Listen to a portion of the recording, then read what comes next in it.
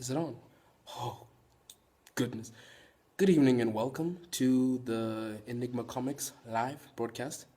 Pa, pa, pa, pa, pa. Here we're going to talk about RazorMan 4, um, the journey the RazorMan has gone through, and the new character, Arcadian. It's giving me some notifications. I'm just going to look at that real quick. Some. I never done this before, so you just go. Okay, so RazorMan started off right here. This is the issue that started off RazorMan 1. And I put a lot of effort, energy. I put a lot of myself into RazorMan, definitely. Anyone who's known me over the years knows that I've been writing comics for a while, and I haven't spoken about RazorMan like ever to them. Like everyone who's seen the comic was just like, but like all the times we've okay, so you just and it was a secret project. I think this was my Deus Ex Machina. This is the one that was supposed to change the game, and I personally feel like it has, and it's still changing the game. Goodness. RazorMan 2 went on to become a story that focused not on RazorMan himself, but about the character building are still functional in a holistic way that you can read the comic without expecting the protagonist to drive the story. The city does have a life of its own, and I'm hoping that I can bring out the best of RazorMan and whoever takes over from me. Because I think the best thing about comic books is that one writer will write about the story for a long length of time and then pass it on to someone else to expand on the ideas and take it to places where the original writer couldn't even have imagined it going there. I'm sure that when Batman was created 75 plus years ago, they didn't think that Bob Kane, the creator of Batman, didn't think he was going to become the Dark Knight and become a symbol of justice in the darkness that he is now. Because he used to just like talk to the cops willy nilly. Like, you don't see Batman doing that. Batman is dodging bullets now. He's got Kevlar armor. Anyway, this isn't about Batman. This is about RazorMan. Issue 3. Actually, at the end of issue 2, I introduced the fact that it's a fantasy sci-fi story, and I think that's really important for a narrative to sometimes shift over. Oh, I got a like. A narrative to shift over and explore different genres without actually delving deep into those things. Can't think of any examples right now, not locally at least. But when you're watching, I guess, Harry Potter, and you have no idea about what Harry Potter is, and you're watching the first movie, it's about some kid who's going through a difficult patch, orphaned, and then boom, magic is introduced, and the parallel between life before and life now actually creates that bridge. That the reader, the viewer can walk across and see where the character has come from, which is why people secretly really like origin stories. They really want to see, you're like this now, but what made you like this? And definitely, I could have introduced RazorMan with his powers already, but I wanted to take it from a crucial moment of him being RazorMan, and then push forward until you as a reader actually go along and gain his powers and understand his powers the way you would if you actually lived with him.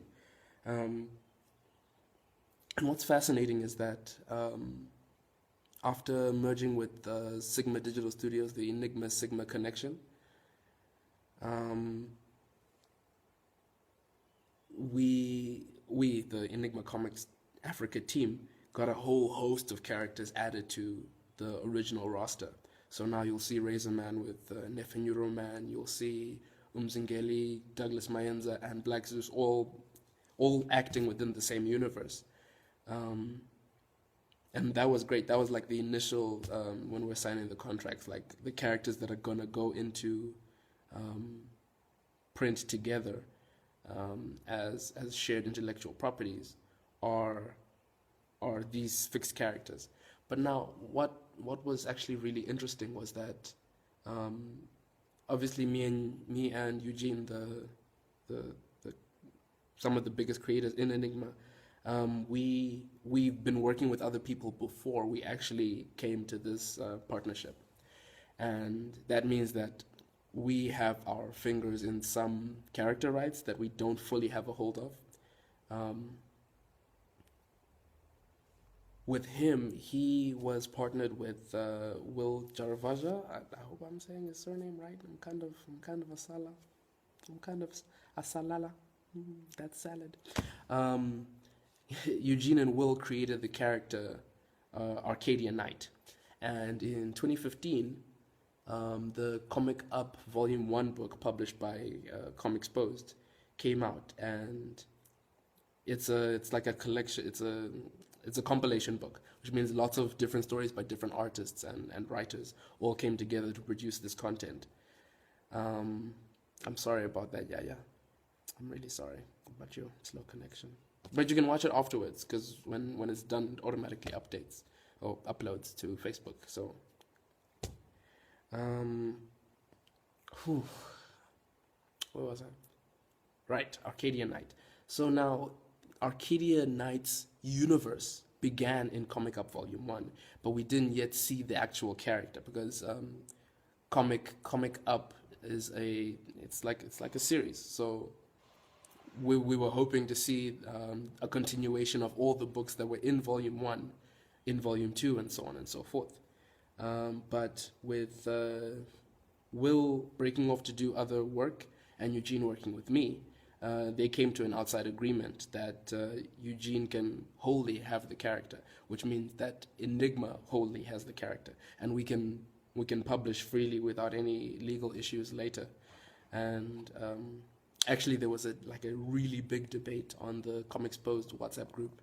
We were talking about intellectual properties and character rights. And we really went into depth about what's okay, what's not okay, the line between fan art and piracy. It was the most hectic thing, and definitely sorting out the legal issue behind Arcadian Knight was really important for me. So right now, we wanted to really introduce that character as soon as possible into the Enigma Comix Africa comic roster, without actually launching his own book. So in RazorMan 4, he will have his debut, because he didn't actually show up in Comic Up Volume 1. It was a red-haired woman who was fighting crime, and she may or may not be included in the legal rights. I'm hoping to definitely surprise you when I reveal her character and her role. And I think one of the most important things me and Eugene talked about when we were discussing Arcadian Knight was that Arcadian Knight is colored, which is racially different from all the other characters that we have. Everyone else is black, and having that racial diversity is actually really important, and it's mostly why comic book writers.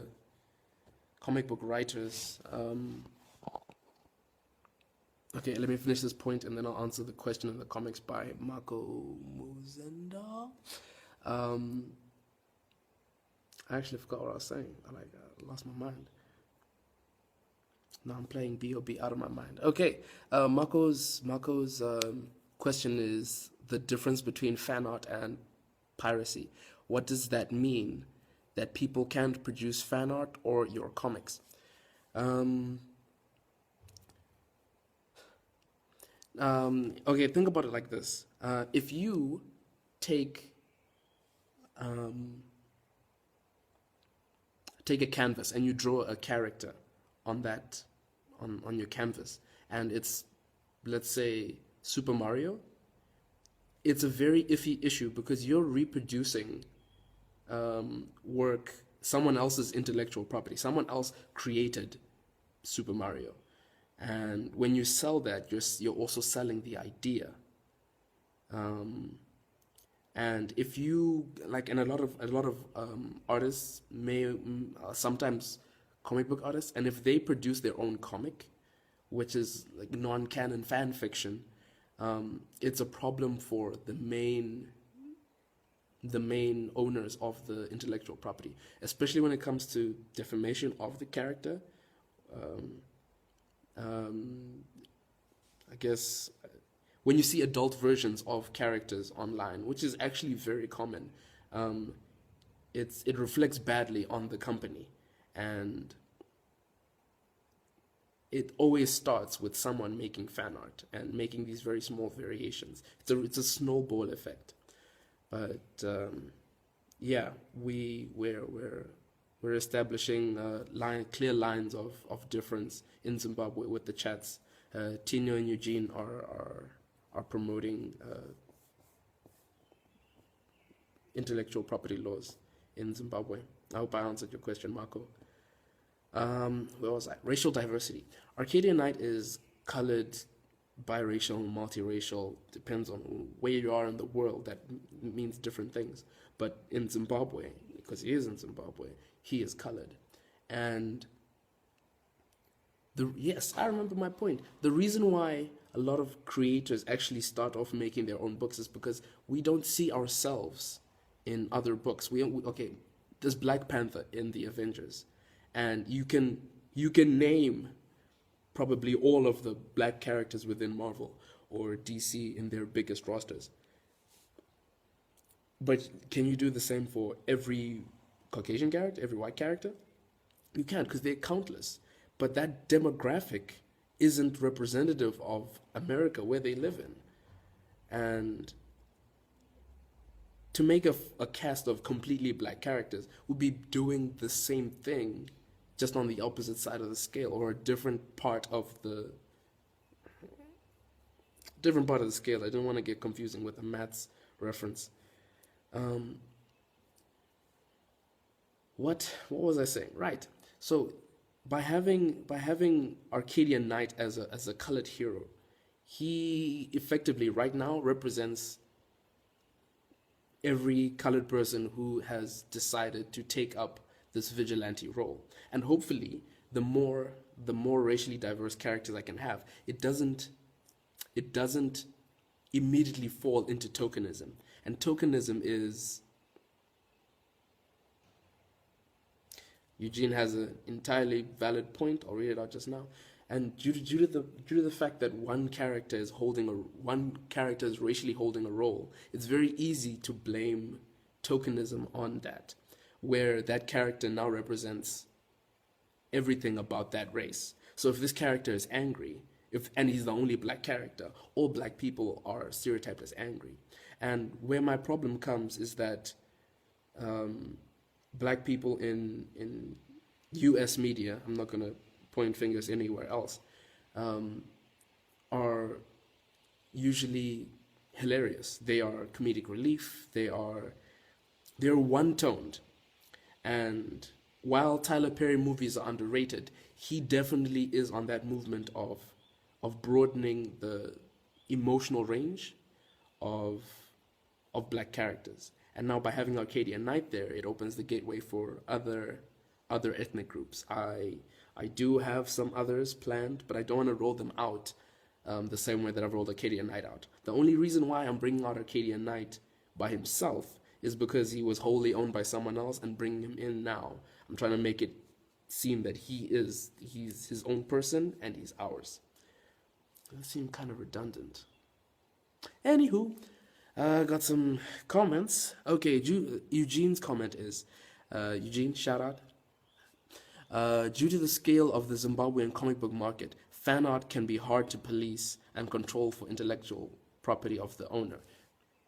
completely what I was saying and completely valid and true. Tino Makoni is, I remember the Arcadian being called Arcadian Knight. Why did you change the name? See, Tino is smart. I love talking to Tino. He always points out these little things and he's like, something's coming, something's coming. I guess I'll make it a live stream exclusive to say that the Arcadian is the first of many characters who are actually heroes. Because when you read RazorMan, his actions are, and I think the Arcadian's, one of his opening lines is actually more apt than me trying to explain it. What the Arcadian says to Lovemore, RazorMan's alter ego, is this city needs knights, not rogues. RazorMan has his own vendetta to fulfill before he goes into any sort of heroism. So he's doing things in a way that doesn't actually benefit the little man or people in the short run. In the end goal, yes, RazorMan is a good person, but what the Arcadian's doing and what I'm gonna tease it real quick. The Arcadian Knights, plural, yes, plural. The Arcadian Knights are gonna do is gonna be essentially organized vigilantism, because the police can't be everywhere at once, right? But there's one person in a neighborhood. It's like a massive neighborhood watch that I'm gonna set up, and that's all I'm gonna say for now, because that is still in the works. It may or may not happen, but like I'm glad that you really asked that question. Eugene is losing his mind. Definitely going to talk about that like in the Enigma Comix team chat. RazorMan 4 and where to go from here. Oh, Tino's second question. So is RazorMan a knight? RazorMan is a rogue for now.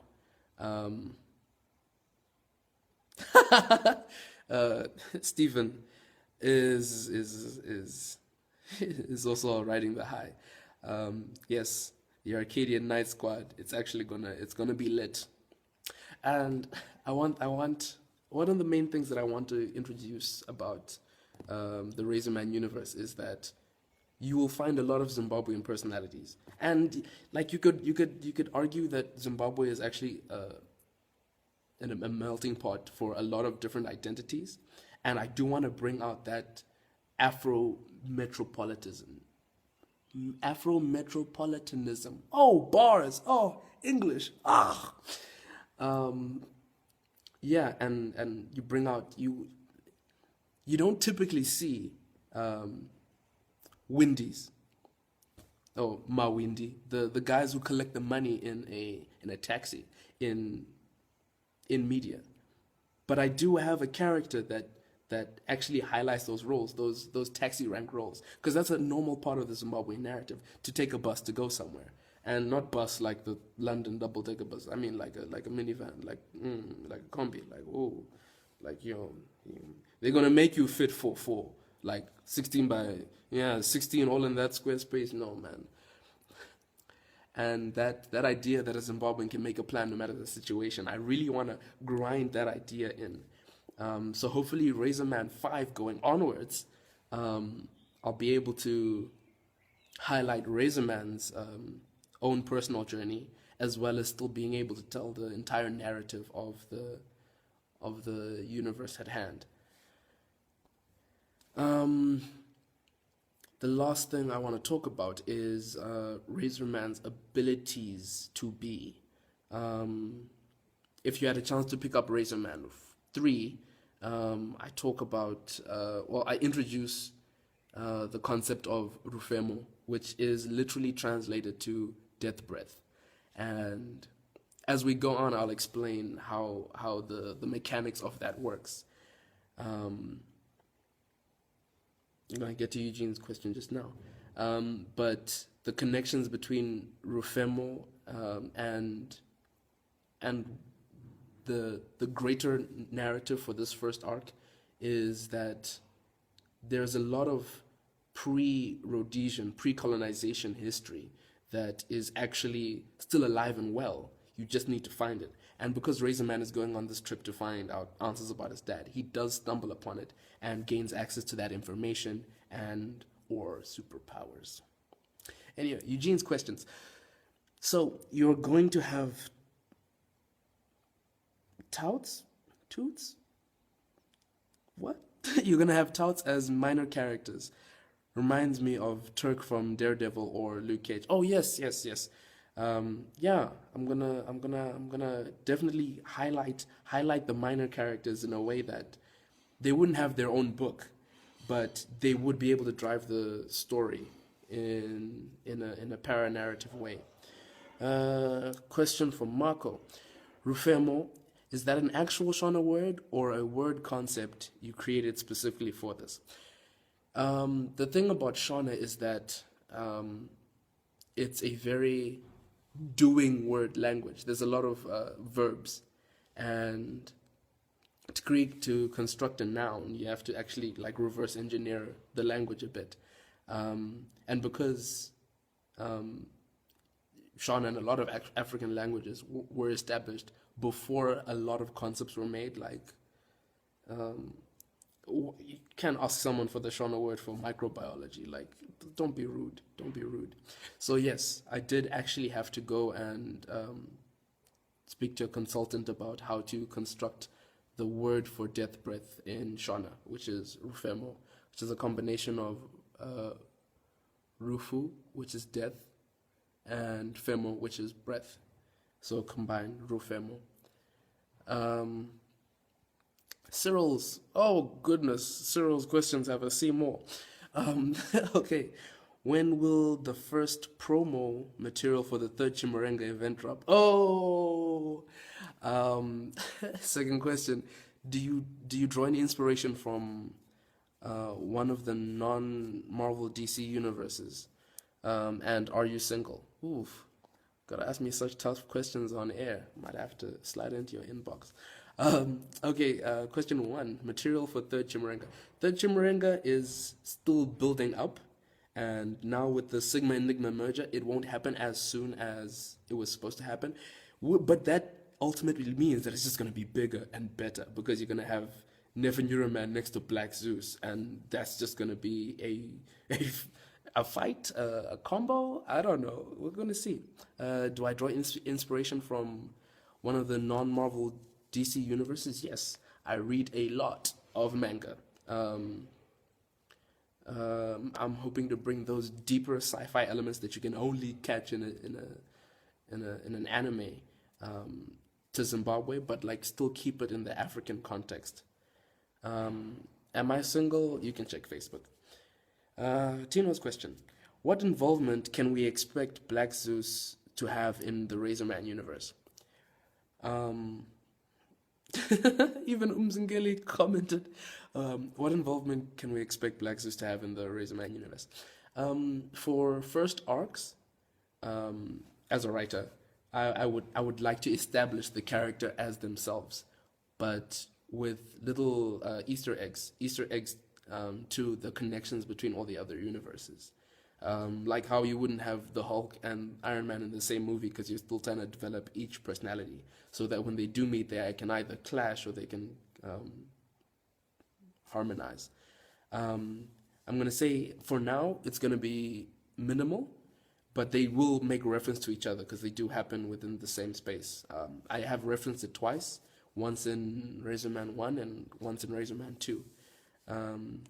So I'm setting up some background information in Black Zeus they should look out for. Man, writers are crafty. One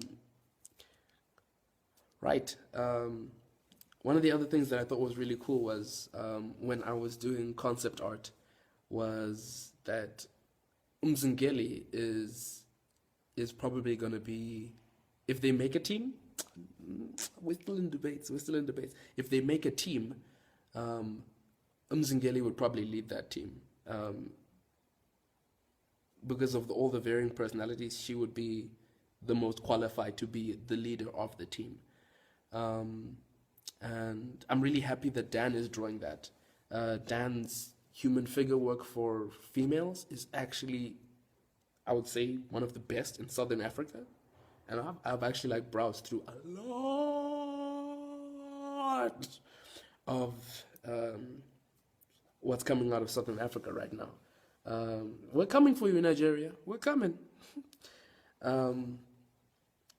And actually having Dan on board is actually makes a lot of things easier, because Dan has already worked with me on the original Black Zeus comic book that you can find in Comic Up Volume 1.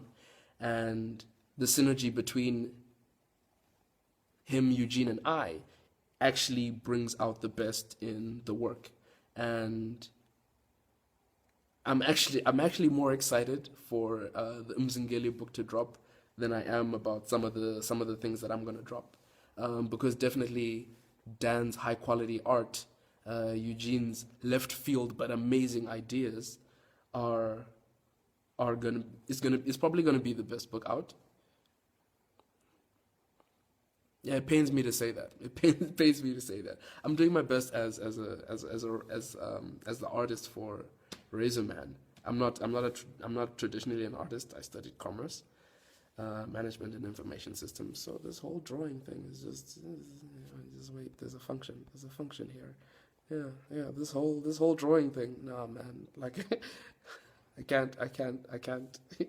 can't compete with some of these guys that are top tier artists in Zim. I use a black and white style. It's film noir, and it parallels Japanese manga. So I use a different art narrative than most people.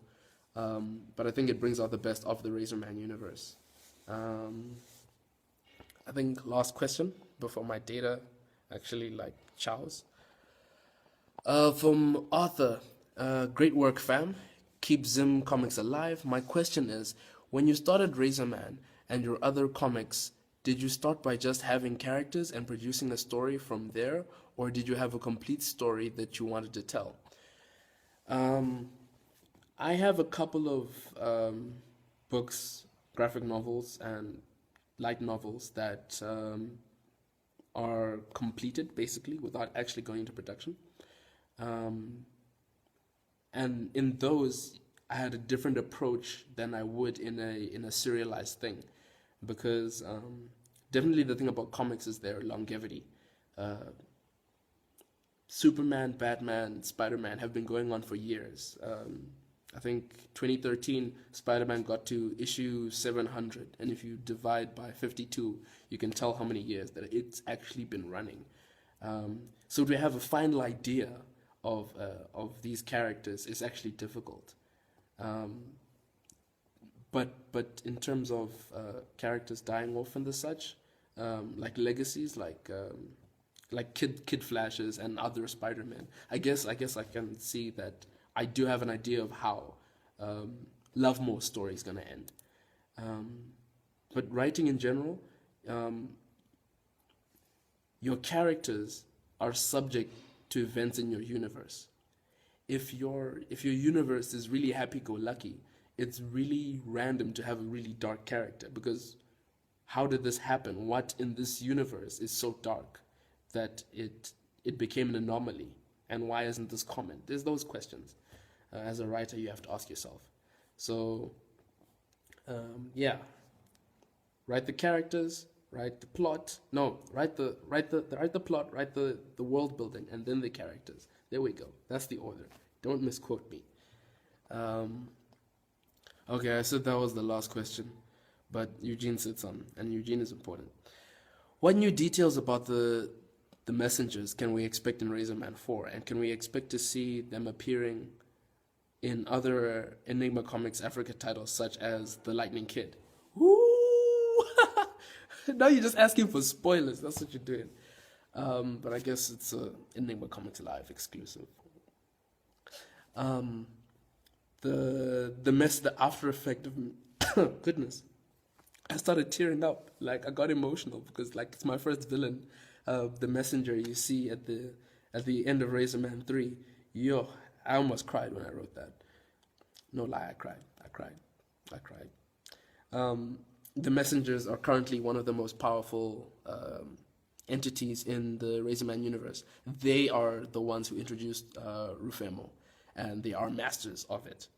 There is fallout from there, and I guess I can give you like a mild teaser, just a mild. One of the functions of Rufemo is that it can project messages, and hence they call themselves the messengers. So when what happened to RazorMan happened, the cells in his body were still interpreting that message, and hence his body thought, and he thought that what happened. No spoilers. Will we see them in Douglas Mayans of the Lightning Kid? Maybe not yet, but definitely they are all over. You don't know who is one of them, and I think it would add like a really good dynamic, because they are pre-Rhodesian. They are people with pre-Rhodesian knowledge, and Douglas Mayenza is all about science and technology that was lost in colonization. I guess that's it for now. Thank you for tuning in. Thank you for the comments, everybody. Please, when the cast is over, please do share it with whoever you want to share it with, your girlfriend, your friend, your mother, your grandmother, your grandmother's grandmother. Yeah.